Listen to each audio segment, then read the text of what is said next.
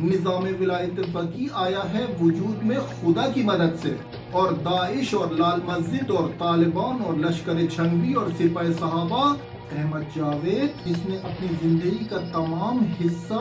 बुग़्ज़ और कीना जो अपने दिल में लिए बैठे हैं, अहमद जावेद जैसे लोग दुम्बे की खाल में भेड़ियों की मानिंद हैं। कभी अहमद जावेद के नाम पर, कभी गामदी के नाम पर, कभी हसन अल्लाह यारी के नाम पर। बिस्मिल्लाहिर्रहमानिर्रहीम। गुज़िश्ता दिनों अहमद जावेद नामी एक शख्स ने अपने बुग़्ज़ और कीने का इजहार करते हुए उर्दू अदबियात और इल्मी गुफ्तगू के पीछे छुपा कर कुछ सवालात एक शिया आलिम दीन की खिदमत में पेश किए। उसका मौजू मुशख़्ख़स है। जब ये हजरत गज़ा और फ़लस्तीन के टॉपिक पे अपने नजरियात का इजहार कर रहे थे तो एक शिया आलिम दीन ने लोगों के सामने इनकी हैसियत को खराब कर दिया। जहां पर ये अपना तारुफ करवाते हैं कि मैं एक सुन्नी तालिबे इल्म हूँ जो अहले तसन्नुन की ताबीर दीन पर कल्बी और ज़हनी इत्मीनान रखता है, मगर लोगों को ये बात जान लेनी चाहिए कि ये शख्स अहमद जावेद एक ऐसी पर्सनैलिटी है जिसने अपनी जिंदगी का तमाम हिस्सा गोया जिद्द तशय्यो की मनहूस महफिलों में गुजारा है, और अब ये उम्र के इस हिस्से में आके इनसे इसी नासिबियत की तवक्को है, और ये बुग़्ज़ और कीना जो अपने दिल में लिए बैठे हैं कि हमें जो काम करना चाहिए था वो अहले तशय्यो ने कर लिया, इनक़लाब इस्लामी के नाम पर विलायत फ़क़ी का निज़ाम नाफिज करके अब ये गम इनको खाया जा रहा है। ये बारहा और बारहा इस बात का तकरार कर चुके हैं अपनी वीडियोस में और अपने नशरियात में कि वो काम जो सुन्नियों को करना चाहिए था वो शियों ने कर लिया, यानी वही विलायत फ़क़ी का निज़ाम जो नाफिज है। निज़ाम विलायत फ़क़ी कोई सऊदी अरब और तुर्की और अमरीका की मदद से बनाया हुआ निज़ाम नहीं है। इस निज़ाम के वजूद में आने के पीछे इरादे खुदा पोशीदा है और इमाम ज़मान इमाम मेहदी अलैहिस्सलाम की मदद पोशीदा है, जिसकी बेस इमाम खुमैनी रहमतुल्लाह अलैह का ईमान है खुदा पर। ये आगाही उन लोगों को दी जा रही है जो सोशल मीडिया से अपनी इल्मी आगाही और इत्तिलात की तिश्नगी को खत्म करते हैं और गैरों के फैलाए हुए प्रोपेगेंडा से जामे इत्तिलात को नोच फरमाते हैं। वो ये जान ले कि अहमद जावेद जैसे लोग दुम्बे की खाल में भेड़ियों की मानिंद हैं जो आए हैं अवामुन्नास का या सादा लोह इंसानों का आराम खराब करने या उनके अकायद पर ज़र्ब लगाने, और ऐसे नजिस अफकार और शैतानी फिक्र और तफक्कुर रखने वाले अफराद वक्तन फवक्तन पाकिस्तानी कौम को मिलते रहते हैं। तो अवाम को इससे घबराना नहीं चाहिए, क्योंकि कभी अहमद जावेद के नाम पर, कभी गामदी के नाम पर, कभी हसन अल्लाह यारी के नाम पर, कभी सादिक शिराजी ग्रुप के नाम पर और फलान फलान फलान ये लोग आते रहेंगे और मुब्तला करते रहेंगे सादा लोह इंसानों को, उनको शक हो शुबात में डालते रहेंगे कि ये वही काम करते हैं जो शैतान इनसे चाहता है। लअक़उदन्न लहुम सिरातकल मुस्तकीम, शैतान ने कसम खाई है कि मैं बैठूंगा हतमन और हतमन, कहाँ बैठूंगा? इन अफराद के लिए, औलाद आदम के लिए जो सिरात मुस्तकीम पर चलने की कोशिश करेंगे,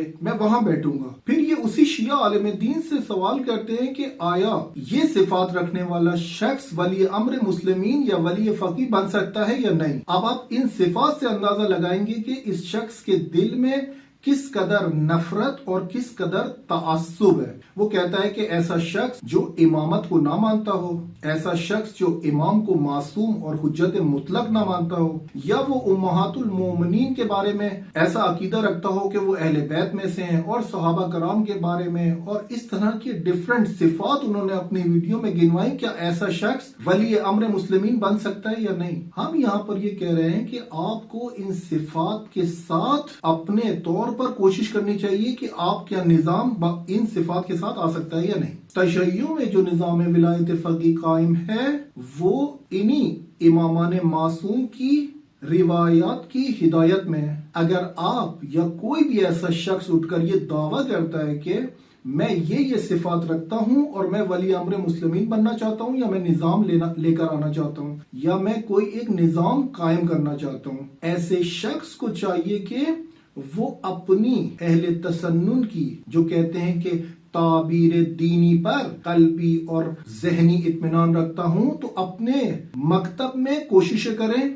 اور خدا سے چاہیں کہ وہ نظام آپ کو عطا کرے۔ یہ جن صفات کا احمد جاوید ذکر کر رہے ہیں کہ ایسی صفات والا شخص کیا ولی امر مسلمین بن سکتا ہے اور وہ ایسا نظام لا سکتا ہے، تو ہم ان سے کہیں گے کہ یہ صفات رکھنے والے، یہ جو ناصبیت کی صفات آپ نے بیان کی ہیں اور یہ سارے ٹاپکس اور یہ سارے موضوعات جو آپ نے صفات میں ذکر کیے ہیں، وہ ایک ناصبی شخص ہونے کے لیے کافی ہیں۔ یعنی وہی جو اہل بیت سے بغض رکھے۔ آپ دنیا میں اور پاکستان میں اور آس پاس کے ممالک میں تاریخ اٹھا کے دیکھ لیں کہ ایسی صفات جو انہوں نے بیان کی ہیں، یعنی میں امام کا منکر ہوں، ان کی حجت مطلق کا قائل نہیں ہوں، امام مہدی کی غیبت کو نہیں مانتا، امام مہدی ظہور جب کریں گے تو وہ کچھ کاموں کو انجام دیں گے، میں اس کو بھی نہیں مانتا، امہات المومنین پر میں تھوڑا سا حساس ہوں، یا رافضی اور خوارج کے حوالے سے میرے کچھ تحفظات ہیں، یا اس طرح سے صحابہ کرام سے ریلیٹڈ اور چیدہ نکات۔ یہ صفات رکھنے والا شخص یا یہ صفات رکھنے والی آرگنائزیشنز تاریخ میں گزری ہیں۔ خود پاکستان میں اگر ہم دیکھ لیں تو